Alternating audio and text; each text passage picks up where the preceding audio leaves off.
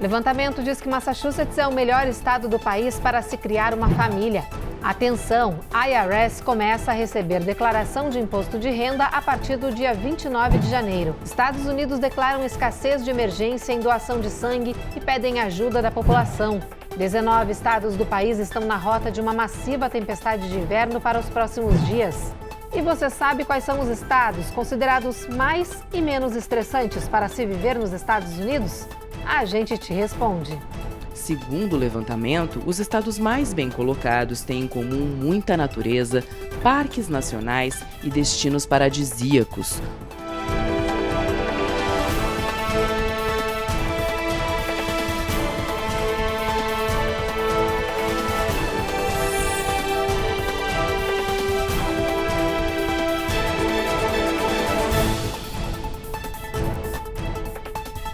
Olá, muito boa noite. Massachusetts, que é um dos estados mais amados pela nossa comunidade brasileira, é o melhor estado para se criar uma família, segundo um novo relatório.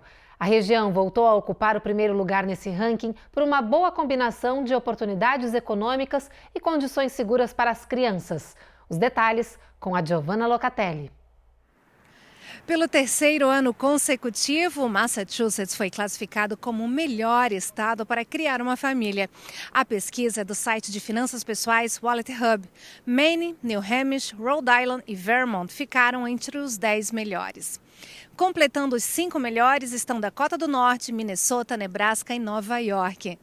Segundo o site, Massachusetts ganhou o título graças a uma boa combinação de oportunidades econômicas e condições seguras para as crianças, com uma das mais baixas taxas de mortalidade infantil. Além disso, o estado lidera quando o assunto é educação e os cuidados dos pequenos. Essas características agradam os brasileiros que escolheram o estado para viver. Eu moro no estado de Massachusetts. E eu escolhi criar minha família num estado onde a gente se sente mais segura, onde a gente tem boas escolas, onde o transporte funciona muito bem. Massachusetts é um estado espetacular para se viver com a sua família. Massachusetts também obteve notas altas por ter a melhor qualidade de água do país, ficou em 5º lugar em saúde e segurança e em 9º em diversão familiar, segundo o Wallet Hub.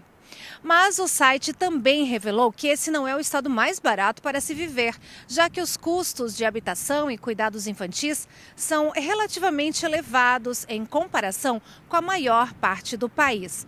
Mas os rendimentos mais altos acabam compensando esse dado.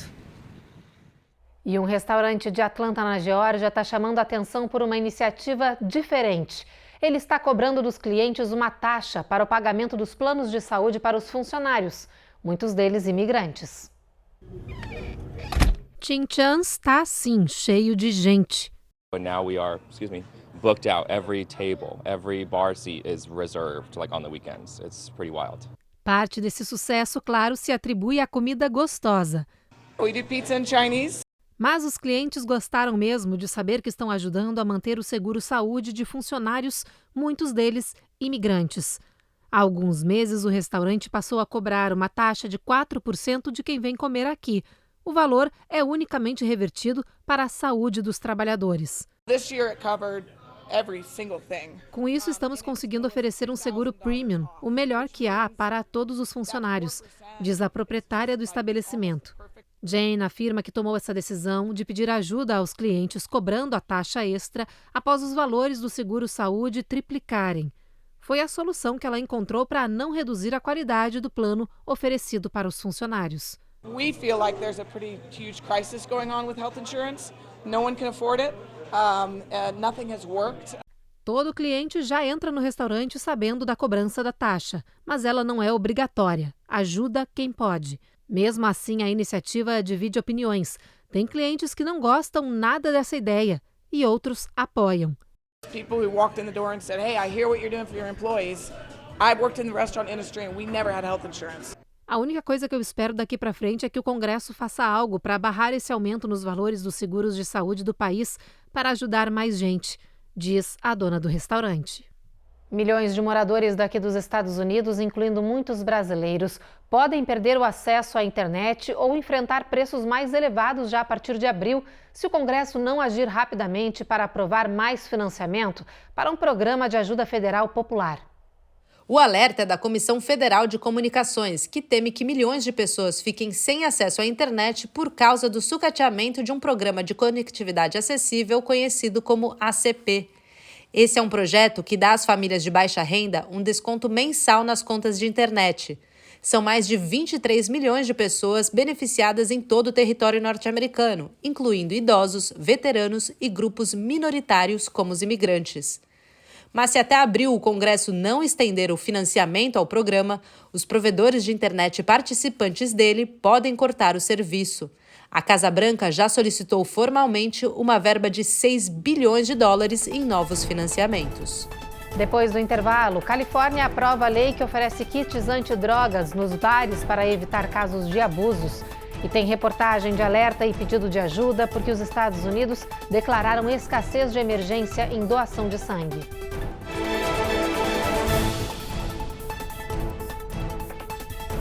Américas no ar. Oferecimento. Reserve Ship. Melhore agora a sua qualidade de vida. TapTap Send. Envie agora um Pix para o Brasil e o melhor sem taxa de envio. Use o código Record TV e ganhe 15 dólares em envios mínimos de 25 dólares. Foi.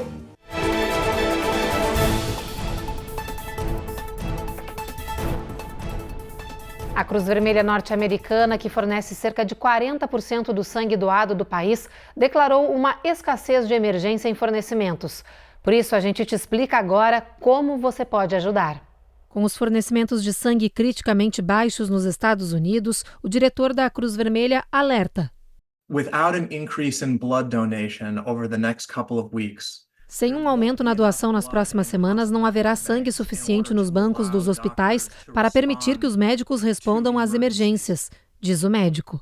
Eric explica que a situação é tão grave que a Cruz Vermelha precisa de 8.000 doações de sangue adicionais a cada semana para conseguir acompanhar a demanda hospitalar. We don't particularly like declaring emergencies. We're only doing it because the need is that great. Baixos índices de doação de sangue impactam em emergências, cirurgias e na vida de pessoas com doenças crônicas, como câncer e falciforme, que requerem transfusões de sangue e plaquetas. A Cruz Vermelha diz que o número de pessoas doando sangue nos Estados Unidos caiu cerca de 40% nas últimas 2 décadas. There's no way to get blood from anywhere besides a donor's arm. O país necessita com urgência de todos os tipos sanguíneos, mas principalmente do tipo O. Se você quer ajudar e se tornar um doador, pode encontrar todas as informações no aplicativo da Cruz Vermelha ou no site redcrossblood.org. Uma única doação de sangue pode salvar até 4 vidas. Na Califórnia vai entrar em vigor uma nova lei que vai exigir que os bares tenham kits de teste de bebida disponíveis para os clientes que suspeitam que uma droga pode ter sido colocada em seus copos. A repórter Eloá Orazen nos mostra que o projeto quer tentar reduzir os crimes de abuso sexual e aumentar as proteções, sobretudo às mulheres.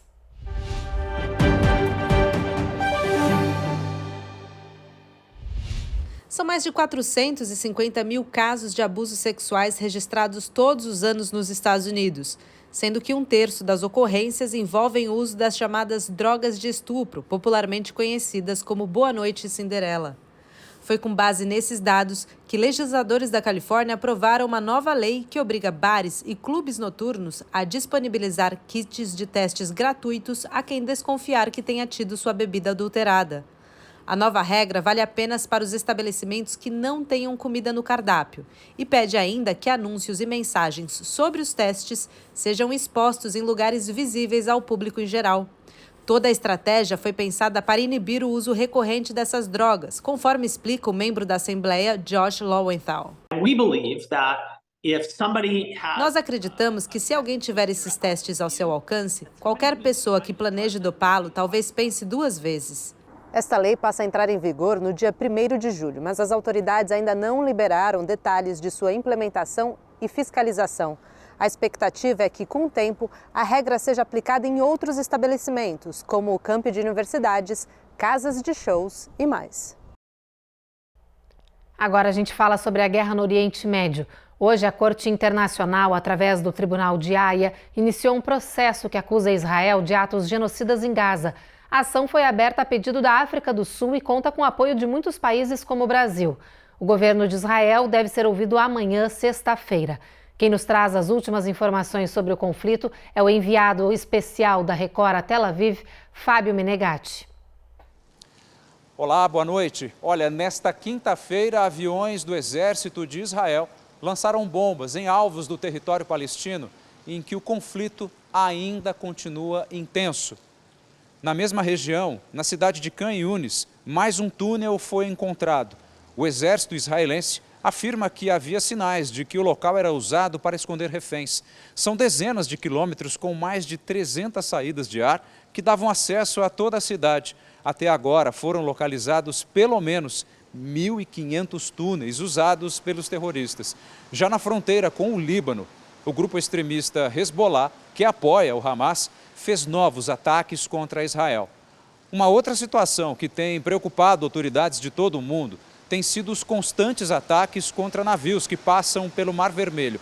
Os bombardeios são lançados pelos Houthis, grupo rebelde que atua no Iêmen e que também apoia os terroristas do Hamas. O Conselho de Segurança da ONU exigiu o fim imediato da ofensiva, que já mobilizou as marinhas dos Estados Unidos e do Reino Unido para defender as embarcações. Parentes dos reféns foram nesta quinta-feira até a fronteira entre Israel e a faixa de Gaza. Eles usaram microfones, alto-falantes e mandaram mensagens para os sequestrados. Pela última contagem de Israel, pelo menos 110 pessoas ainda são mantidas reféns pelos terroristas do Hamas. Fábio Menegatti, para o jornal Américas no Ar. Depois do intervalo, tem um alerta para a chegada de uma temporada de tax aqui nos Estados Unidos e a importância de se preparar para a declaração do imposto de renda. E a gente explica por que o país está passando por uma gigante crise de esvaziamento dos escritórios.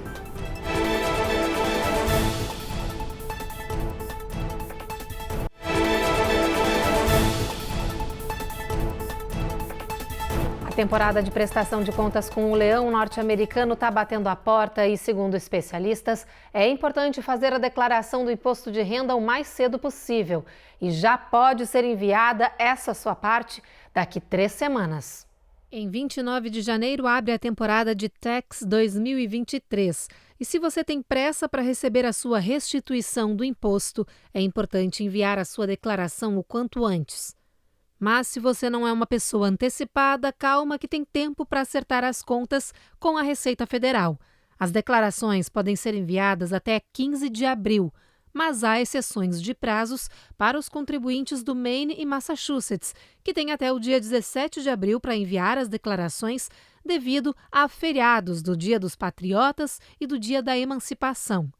E lembrando que tem ainda mais flexibilidade para qualquer pessoa que vive ou tem negócios em uma área de desastre declarada federalmente, como regiões que foram atingidas por tornados, incêndios ou furacões. O importante, segundo os contadores, é não deixar de fazer a sua declaração. Eles também não aconselham deixar para fazer tudo correndo de última hora, porque se você não tiver todos os documentos em mãos, pode atrasar o processo e até perder o prazo. E aí, será preciso pagar uma multa. A melhor dica que tem é para se preparar para o imposto de renda. Primeiro é organizar as documentações, né? Quanto antes entregar o imposto, se você tem restituição, antes você receberá a sua restituição, né? Ou se você tem a pagar, você também pode se preparar para pagar o imposto de renda, né? Então, é melhor já antecipar do que ser pego de surpresa. Se você não está com o seu endereço atualizado, essa é a melhor dica, viu, gente? Atualize já, porque o governo vai começar a enviar as cartas e se você não tem o seu endereço atualizado, você não saberá se você tem algum crédito para receber ou alguma informação que o governo necessita, que a IRS, né, necessita que você envie ou que atualize em seu imposto de renda. Quais são as formas de atualizar esse endereço?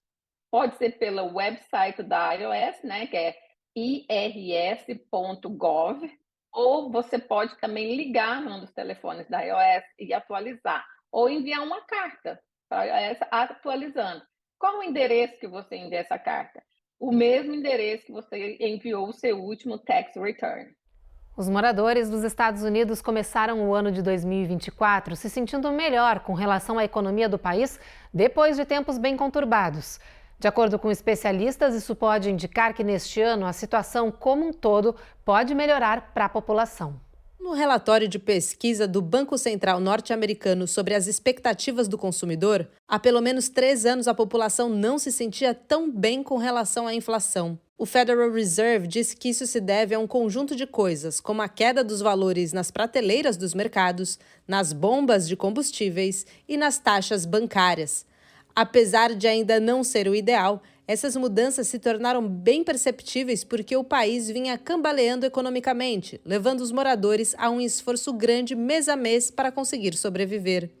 Segundo a pesquisa do Banco Central, hoje a maioria dos pesquisados diz ver melhoras no acesso ao crédito e à saúde financeira em geral, o que indica para os especialistas uma boa tendência de crescimento da economia norte-americana que deve se fortalecer neste ano.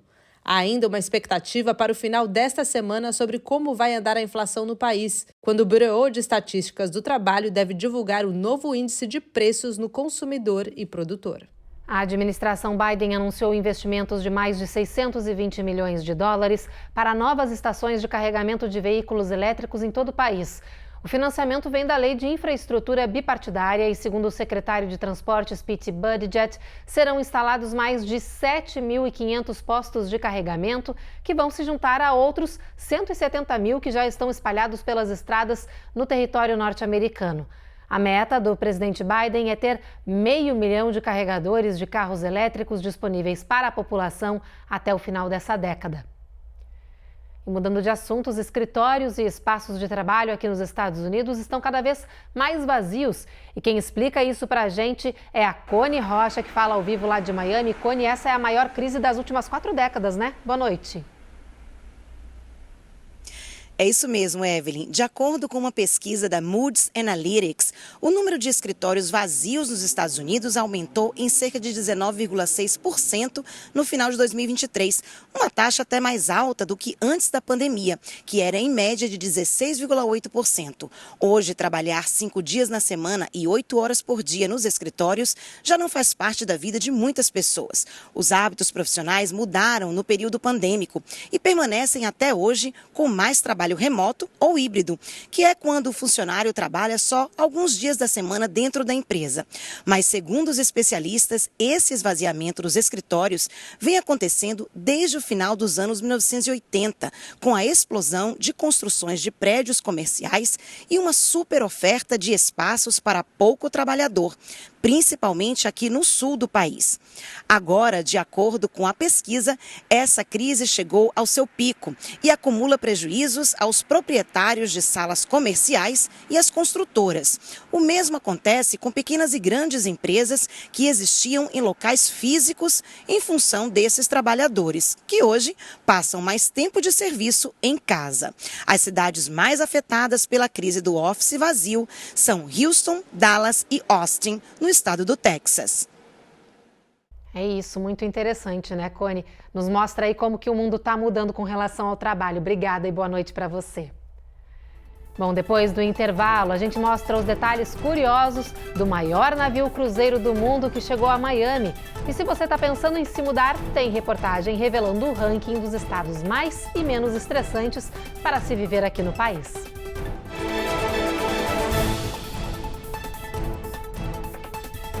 Américas no Ar. Oferecimento. Reserve Ship. Melhore agora a sua qualidade de vida. TapTap Send. Envie agora um Pix para o Brasil e o melhor sem taxa de envio. Use o código Record TV e ganhe $15 em envios mínimos de $25. Tap. Foi.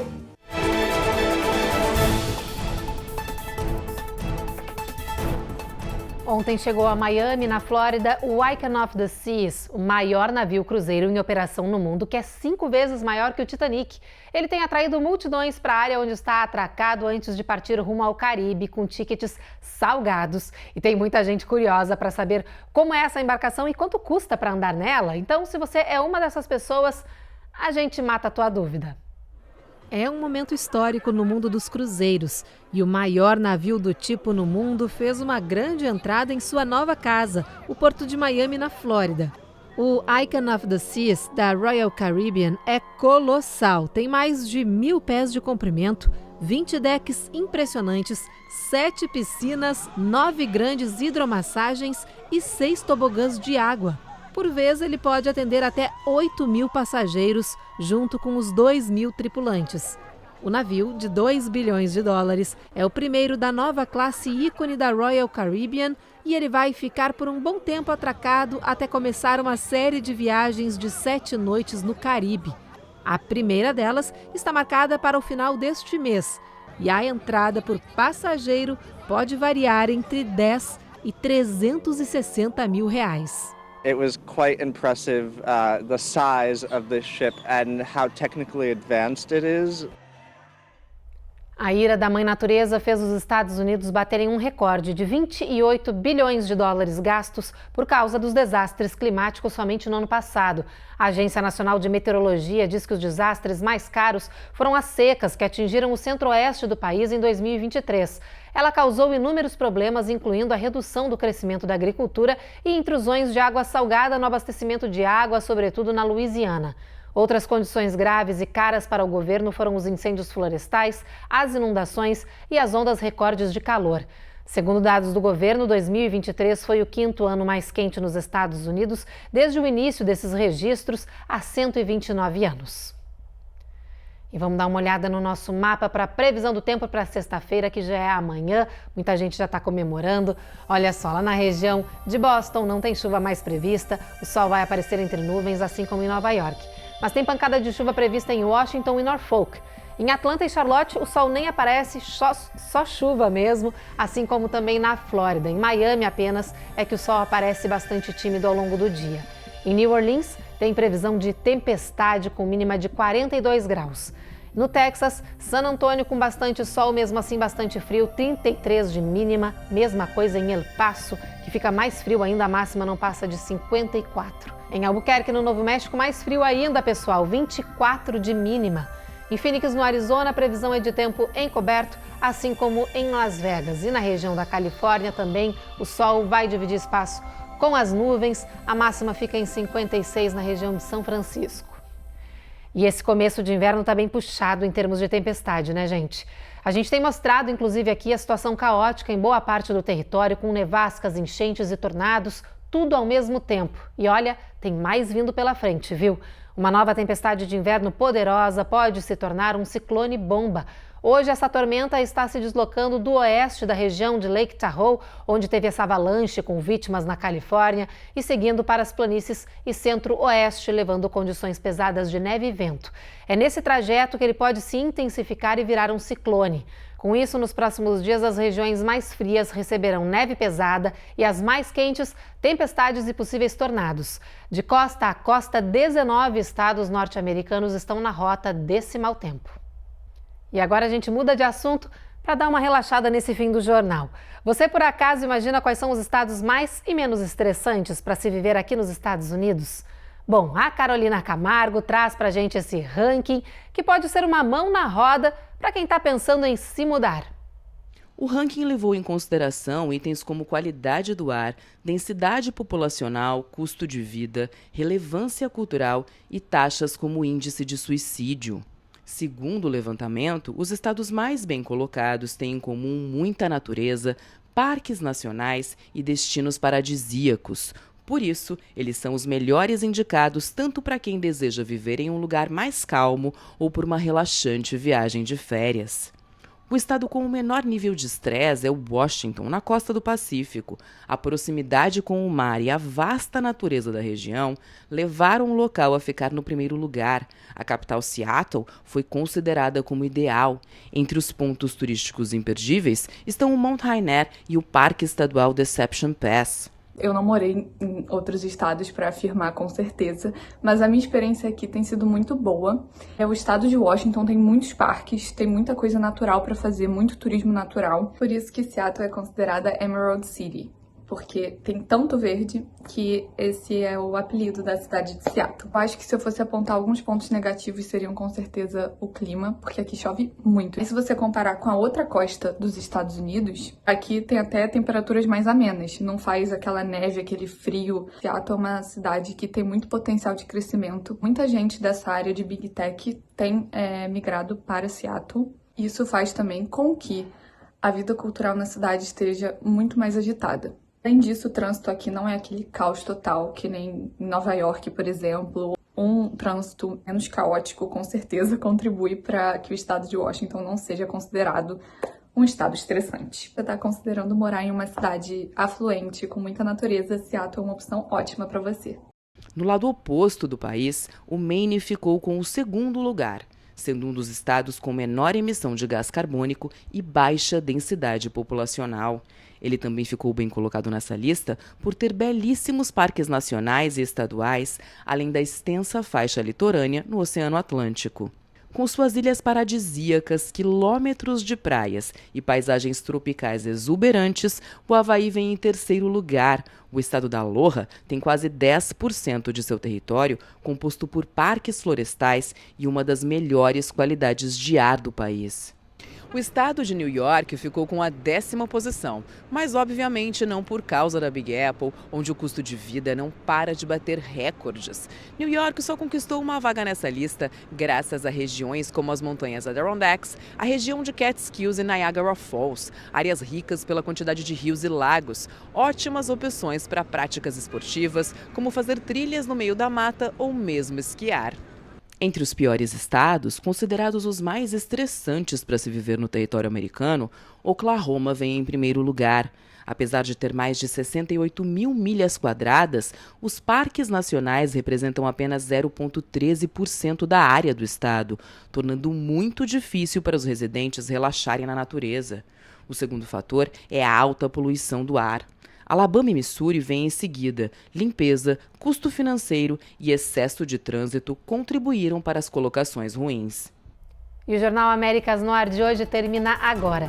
Você fica com mais um episódio da reapresentação de Jezabel e a gente volta a se encontrar de novo amanhã, que já é sexta-feira, para sorte de muita gente. Uma boa noite para vocês.